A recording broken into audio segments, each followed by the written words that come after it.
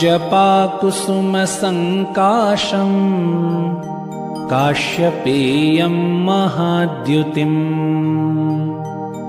तमोरिं सर्वपापघ्नं प्रणतोऽस्मि दिवाकरम् दधिशङ्खतुषाराभं क्षीरोदार्णवसम्भवम् नमामि शशिनं सोमं शम्भुर्मुकुटभूषणम् धरणीगर्भसम्भूतं विद्युत्कान्तिसमप्रभम् कुमारं शक्तिहस्तं च मङ्गलं प्रणमाम्यहम् प्रियङ्गुकलिकाश्यामं रूपेणाप्रतिमं बुधम् सौम्यं सौम्यगुणोपेतं तं बुधं प्रणमाम्यहम् देवानां च ऋषीणां च गुरुं काञ्चनसन्निभम् बुद्धिभूतं त्रिलोकेशं तं नमामि बृहस्पतिम् हिमकुन्दमृणालाभं दैत्यानां परमं गुरुम् सर्वशास्त्रप्रवक्तारं भार्गवं प्रणमाम्यहम् नीलाञ्जनसमाभासं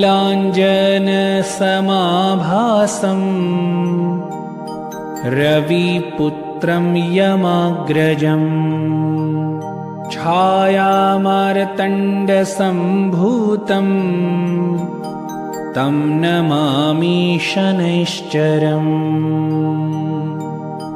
अर्धकायं महावीर्यं चन्द्रादित्यविमर्दनम् सिंहिकागर्भसम्भूतं तं राहुं प्रणमाम्यहम् पलाशपुष्पसङ्काशं तारकाग्रहमस्तकम् रौद्रं रुद्रात्मकं घोरं तं केतुं प्रणमाम्यहम्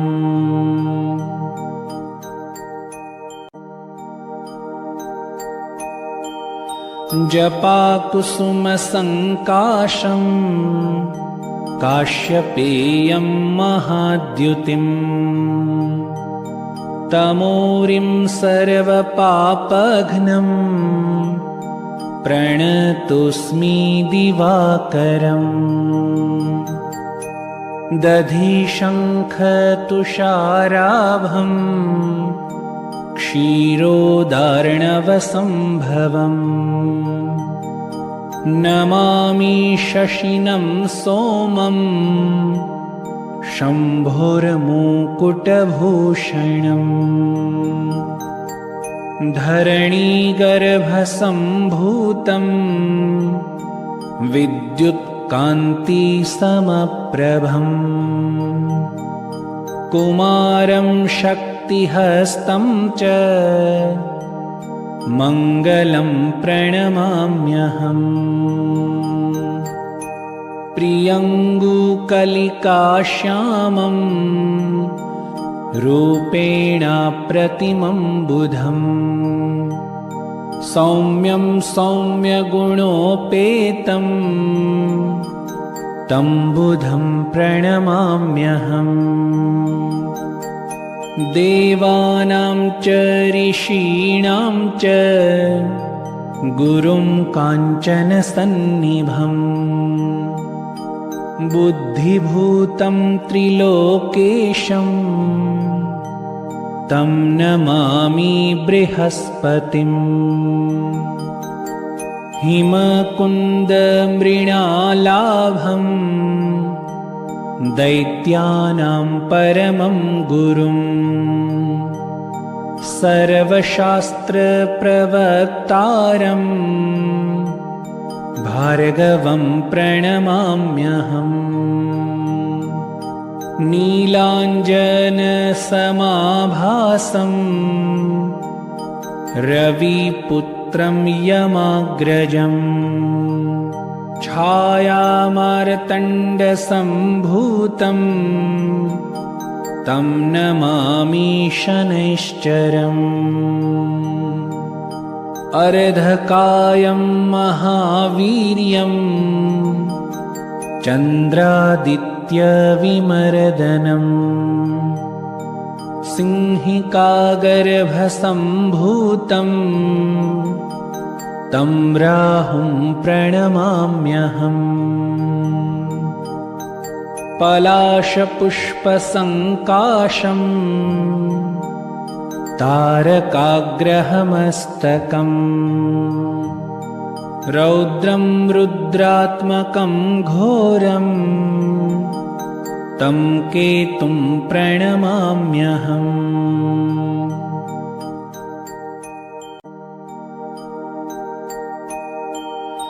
जपाकुसुमसङ्काशं काश्यपेयं महाद्युतिम्।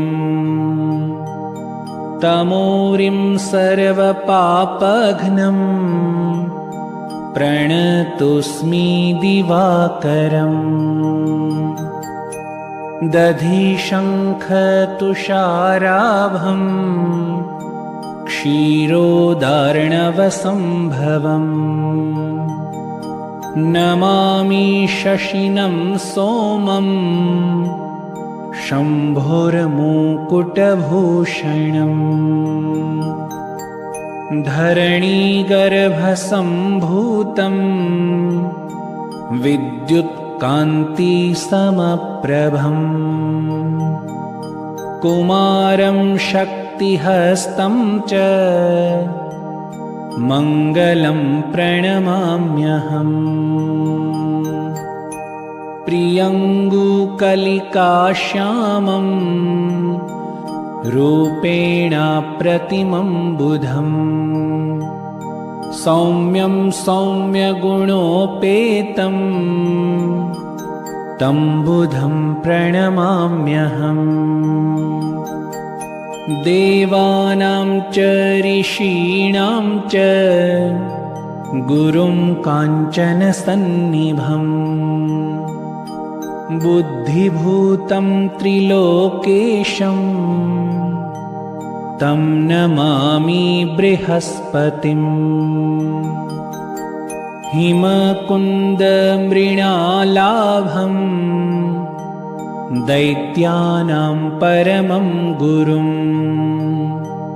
सर्वशास्त्रप्रवक्तारं भार्गवं प्रणमाम्यहम्। नीलाञ्जनसमाभासं रविपुत्रं यमाग्रजम्। छायामार्तण्डसम्भूतं तं नमामि शनैश्चरम्। अर्धकायं महावीर्यं चन्द्रादित्यविमर्दनम्। सिंहिकागर्भसम्भूतं तं राहुं प्रणमाम्यहम्। पलाशपुष्पसङ्काशं तारकाग्रहमस्तकम्। रौद्रं रुद्रात्मकं घोरं तं केतुं प्रणमाम्यहम्।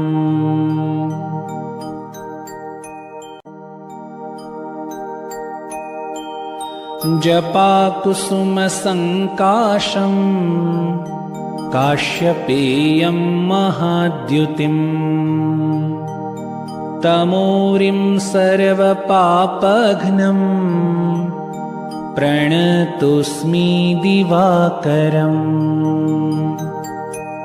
दधिशङ्खतुषाराभं क्षीरोदार्णवसम्भवम् नमामि शशिनं सोमं शम्भोर्मुकुटभूषणम्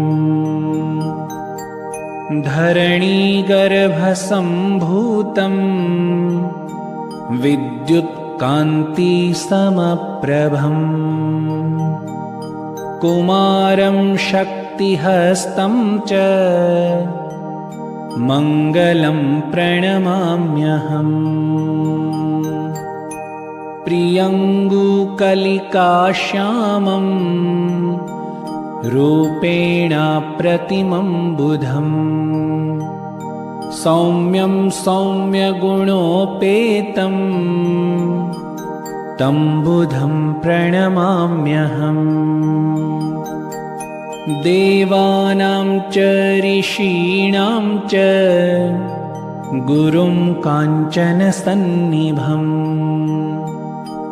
बुद्धिभूतं त्रिलोकेशं तं नमामि बृहस्पतिम्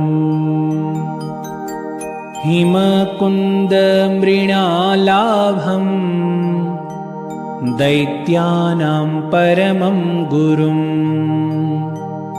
सर्वशास्त्रप्रवक्तारं भार्गवं प्रणमाम्यहम्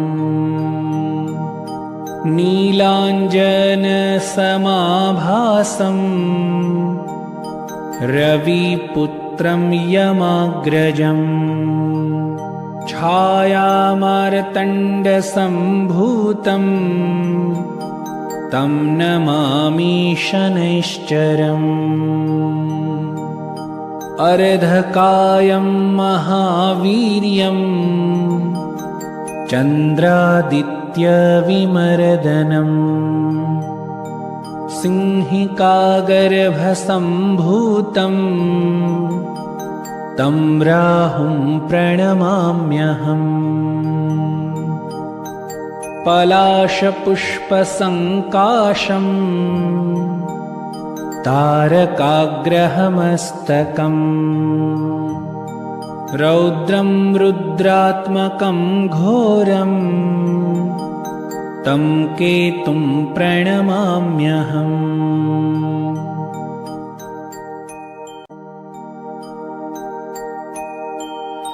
जपाकुसुमसङ्काशं काश्यपेयं महाद्युतिम्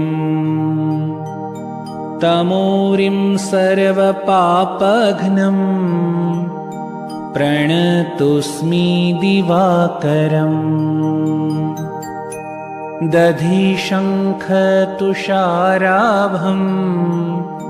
क्षीरोदार्णवसम्भवम् नमामि शशिनं सोमं शम्भोर्मुकुटभूषणम् धरणीगर्भसम्भूतं विद्युत्कान्तिसमप्रभम् कुमारं शक्तिहस्तं च मङ्गलं प्रणमाम्यहम्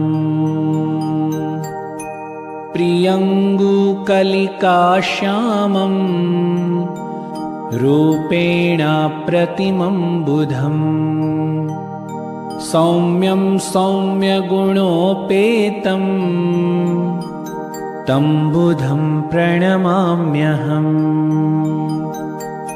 देवानां च ऋषीणां च गुरुं काञ्चनसन्निभम् बुद्धिभूतं त्रिलोकेशं तं नमामि बृहस्पतिम् हिमकुन्दमृणालाभम् दैत्यानां परमं गुरुम् सर्वशास्त्रप्रवक्तारम् भार्गवं प्रणमाम्यहम् नीलाञ्जनसमाभासं रविपुत्रं यमाग्रजम् छायामार्तण्डसम्भूतं तं नमामि शनैश्चरम् अर्धकायं महावीर्यं चन्द्रादित्यविमर्दनम् सिंहिकागर्भसम्भूतं तं राहुं प्रणमाम्यहम् पलाशपुष्पसङ्काशं तारकाग्रहमस्तकम् रौद्रं रुद्रात्मकं घोरं तं केतुं प्रणमाम्यहम्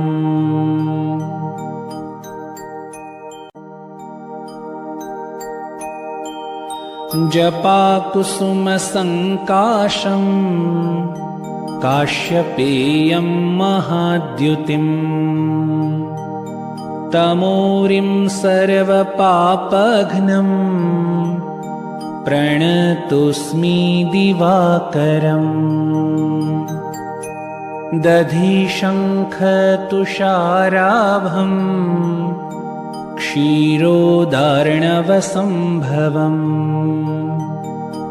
नमामि शशिनं सोमं शम्भोर्मुकुटभूषणम् धरणीगर्भसम्भूतं विद्युत्कान्तिसमप्रभम् कुमारं शक्तिहस्तं च मङ्गलं प्रणमाम्यहम् प्रियङ्गुकलिकाश्यामं रूपेणाप्रतिमं बुधम् सौम्यं सौम्यगुणोपेतं तं बुधं प्रणमाम्यहम् देवानां च ऋषीणां च गुरुं काञ्चनसन्निभम् बुद्धिभूतं त्रिलोकेशं तं नमामि बृहस्पतिम् हिमकुन्दमृणालाभम् दैत्यानां परमं गुरुम् सर्वशास्त्रप्रवक्तारम् भार्गवं प्रणमाम्यहम् नीलाञ्जनसमाभासं रविपुत्रं यमाग्रजम् छायामार्तण्डसम्भूतं तं नमामि शनैश्चरम् अर्धकायं महावीर्यं चन्द्रादित्यविमर्दनम् सिंहिकागर्भसम्भूतं तं राहुं प्रणमाम्यहम्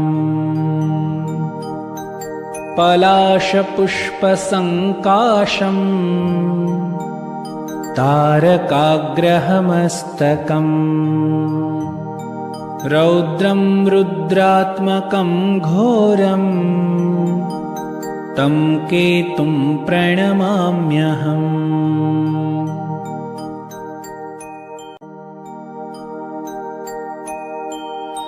जपाकुसुमसङ्काशं काश्यपेयं महाद्युतिम् तमोरिं सर्वपापघ्नं प्रणतोऽस्मि दिवाकरम् दधिशङ्खतुषाराभम् क्षीरोदार्णवसम्भवम् नमामि शशिनं सोमं शम्भुर्मुकुटभूषणम् धरणीगर्भसम्भूतं विद्युत्कान्तिसमप्रभम् कुमारं शक्तिहस्तं च मङ्गलं प्रणमाम्यहम् प्रियङ्गुकलिकाश्यामं रूपेणाप्रतिमं बुधम् सौम्यं सौम्यगुणोपेतं तं बुधं प्रणमाम्यहम् देवानां च ऋषीणां च गुरुं काञ्चनसन्निभम् बुद्धिभूतं त्रिलोकेशं तं नमामि बृहस्पतिम् हिमकुन्दमृणालाभम् दैत्यानां परमं गुरुम् सर्वशास्त्रप्रवक्तारम् भार्गवं प्रणमाम्यहम् नीलाञ्जनसमाभासं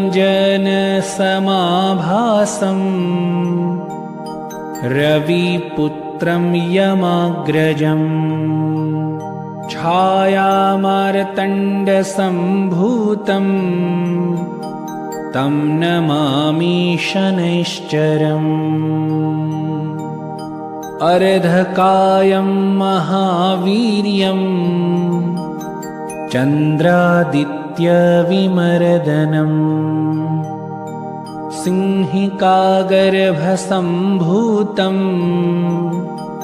तं राहुं प्रणमाम्यहम्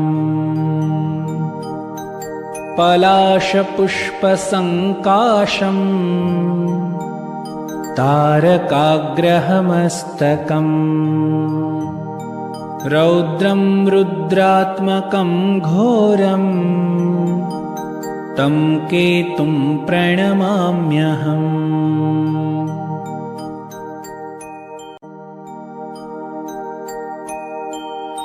जपाकुसुमसङ्काशं काश्यपेयं महाद्युतिम् तमोरिं सर्वपापघ्नं प्रणतोऽस्मि दिवाकरम् दधिशङ्खतुषाराभम् क्षीरोदार्णवसम्भवम् नमामि शशिनं सोमं शम्भुर्मुकुटभूषणम् धरणीगर्भसम्भूतं विद्युत्कान्तिसमप्रभम् कुमारं शक्तिहस्तं च मङ्गलं प्रणमाम्यहम् प्रियङ्गुकलिकाश्यामं रूपेणाप्रतिमं बुधम् सौम्यं सौम्यगुणोपेतं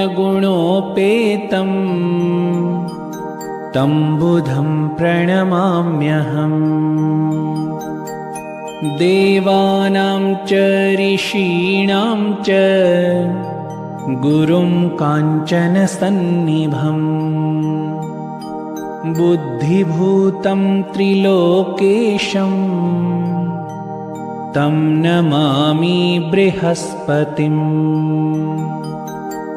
हिमकुन्दमृणालाभम् दैत्यानां परमं गुरुम् सर्वशास्त्रप्रवक्तारम् भार्गवं प्रणमाम्यहम्। नीलाञ्जनसमाभासम्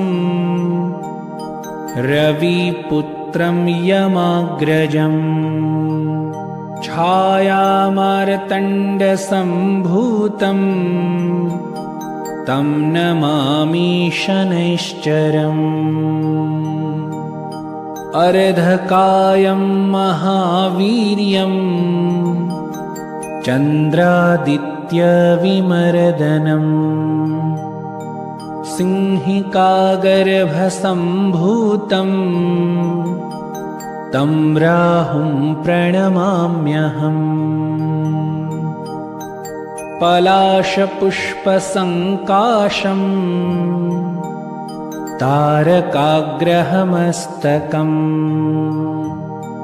रौद्रं रुद्रात्मकं घोरं तं केतुं प्रणमाम्यहम्।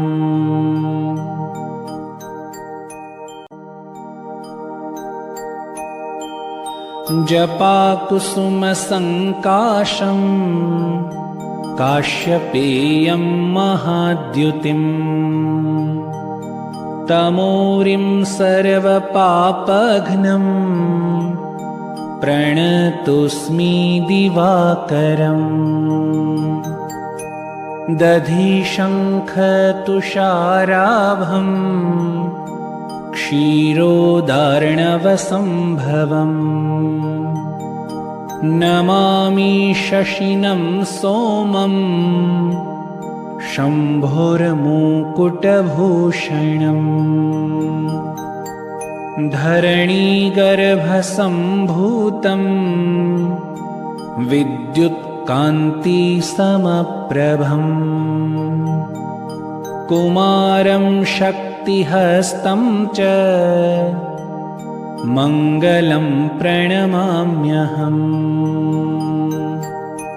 प्रियङ्गुकलिकाश्यामं रूपेणाप्रतिमं बुधम् सौम्यं सौम्यगुणोपेतं तं बुधं प्रणमाम्यहम्। देवानां च ऋषीणां च गुरुं काञ्चनसन्निभम् बुद्धिभूतं त्रिलोकेशं तं नमामि बृहस्पतिम्। हिमकुन्दमृणालाभं दैत्यानां परमं गुरुम् सर्वशास्त्रप्रवक्तारम् भार्गवं प्रणमाम्यहम्। नीलाञ्जनसमाभासं रविपुत्रं यमाग्रजम् छायामार्तण्डसम्भूतं तं नमामि शनैश्चरम्। अर्धकायं महावीर्यं चन्द्रादित्यविमर्दनम् सिंहिकागर्भसम्भूतं तं राहुं प्रणमाम्यहम्। पलाशपुष्पसङ्काशं तारकाग्रहमस्तकम् रौद्रं रुद्रात्मकं घोरं तं केतुं प्रणमाम्यहम्।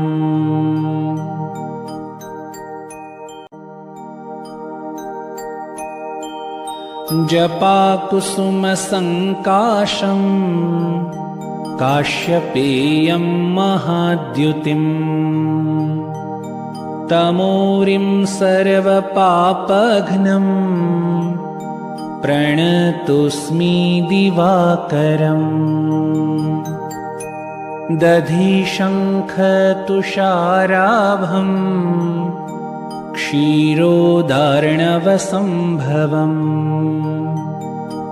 नमामि शशिनं सोमम् शम्भोर्मुकुटभूषणम्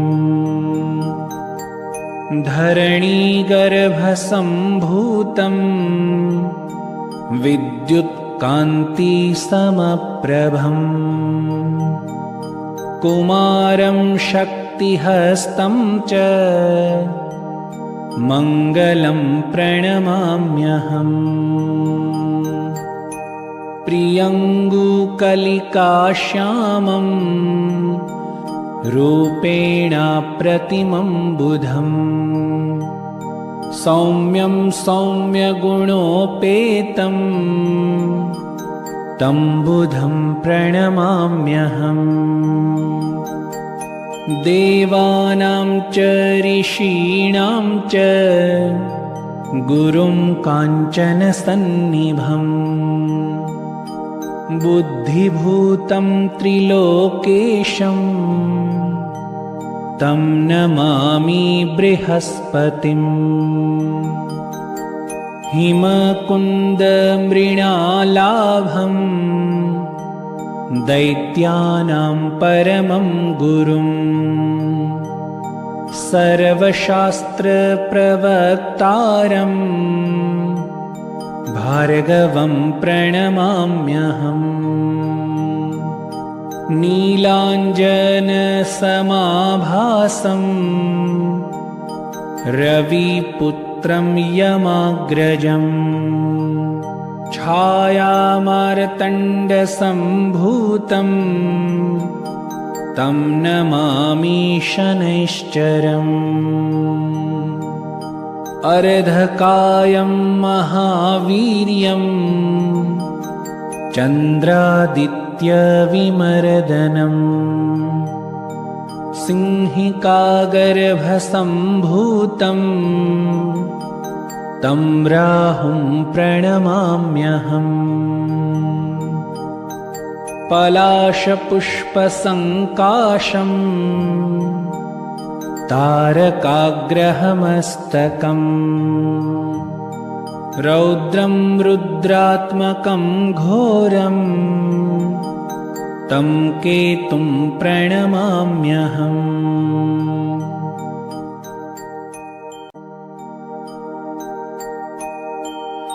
जपाकुसुमसङ्काशं काश्यपेयं महाद्युतिम् तमोरिं सर्वपापघ्नं प्रणतोऽस्मि दिवाकरम्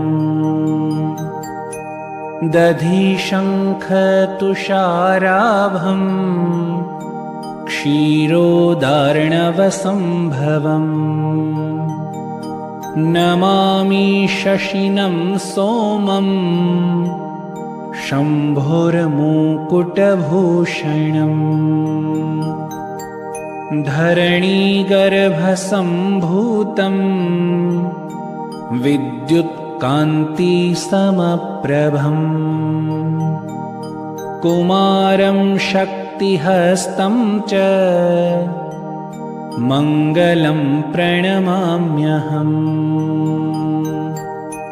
प्रियङ्गुकलिकाश्यामं रूपेणाप्रतिमं बुधम् सौम्यं सौम्यगुणोपेतं तं बुधं प्रणमाम्यहम् देवानां च ऋषीणां च गुरुं काञ्चनसन्निभम् बुद्धिभूतं त्रिलोकेशं तं नमामि बृहस्पतिम् हिमकुन्दमृणालाभं दैत्यानां परमं गुरुं सर्वशास्त्रप्रवक्तारम् भार्गवं प्रणमाम्यहम्। नीलाञ्जनसमाभासम् रविपुत्रं यमाग्रजम् छायामार्तण्डसम्भूतम् तं नमामि शनैश्चरम्। अर्धकायं महावीर्यं चन्द्रादित्यविमर्दनम् सिंहिकागर्भसम्भूतम् तं राहुं प्रणमाम्यहम्। पलाशपुष्पसङ्काशम् तारकाग्रहमस्तकम् रौद्रं रुद्रात्मकं घोरं तं केतुं प्रणमाम्यहम्।